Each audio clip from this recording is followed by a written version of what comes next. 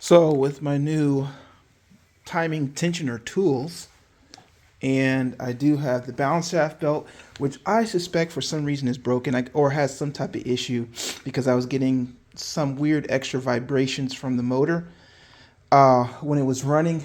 It could be due to the exhaust. The exhaust had some damage, so maybe the motor mounts aren't good and that has to get replaced. That has to go to a muffler shop. But I suspect maybe there might be something. If not, it's okay. But let's go ahead and disassembling, excuse me, this timing box and also our rotary for our distributor. Get this off right here, have everything labeled up, and start replacing some belts. So we're going to start off by removing some auxiliary pieces. For instance, looks like the airbox has been out because I have two different screws, a replacement screw and maybe an original. So we want to have we want to have a Phillips head and a 10mm to get this piece off here. And then we'll start taking apart our J-boot from here so that our housing that holds the Bosch electronic flap that opens and closes based off of the DMU, that gets removed also. That's going to clear up some space so that we can see things a little bit better. And then we can start attacking this timing cover from top to bottom.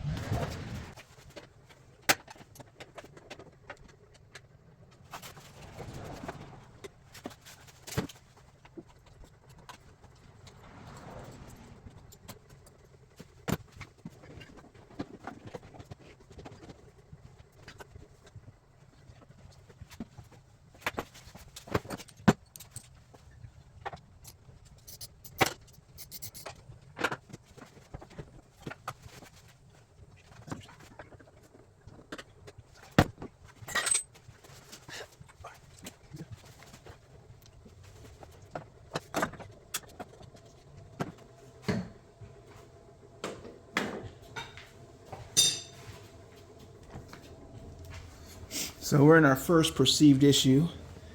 We have, and we should always replace these as we go along, a rusty, I don't know if you can capture that, but a rusty Phillips head screw for the rear of the airbox. And let me see if I can get that on camera this way. It's right down there. You see that? So I drenched it in a little bit of PB Blaster. We're going to see if we can get that out.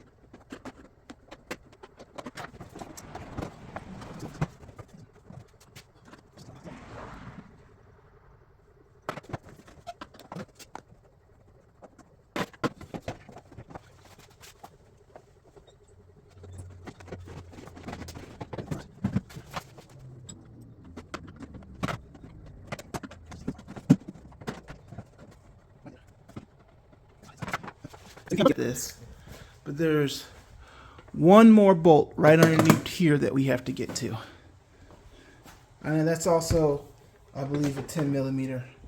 Let's give it a shot. Boy, all right.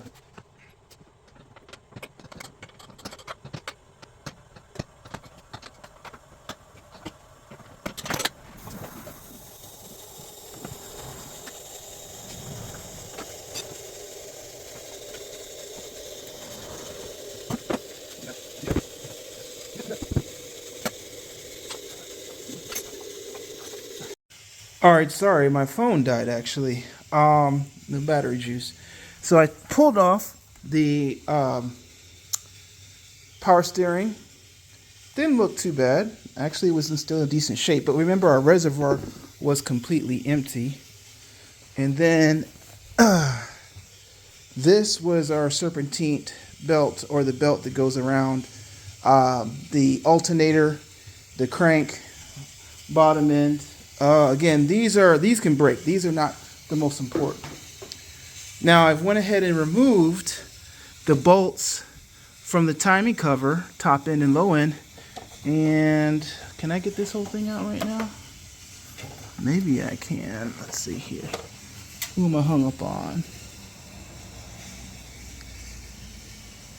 Oh, I got one more right there. One little sneaky guy. So just as a note, I like to keep all my timing screws here. Some of them are longer because they have to go through both sides of the timing cover to fasten them together in the middle. So just keep that in mind. The outer ones, when they're by themselves and not fastening two of the timing pieces together, they're going to be shorter. The ones in the middle are going to be longer. And now that last bolt removed, my upper is gone now. Let me see if I can get a light on it. So my upper is now down. Noticing something already. This looks super loose. Oh, sorry. Let me do this again. Look how this thing looks a little. It looks like it's tilted and catching right there in the back, which could have been some of the vibration. This wasn't tight and strong enough. The tensioner was not set correctly, and that's why I felt the vibration. I need to take this guy off here. This is an aftermarket something, and that way I can get these two pieces apart and see the whole thing. Alright, so with this now loosened, I should be able to pull it off like so. This is interesting why they did that. That's not factory, but it's okay. Most of the car's done. Now I can remove the bottom piece of my timing case. And now we can do some examination. Again, I think this is way too much play.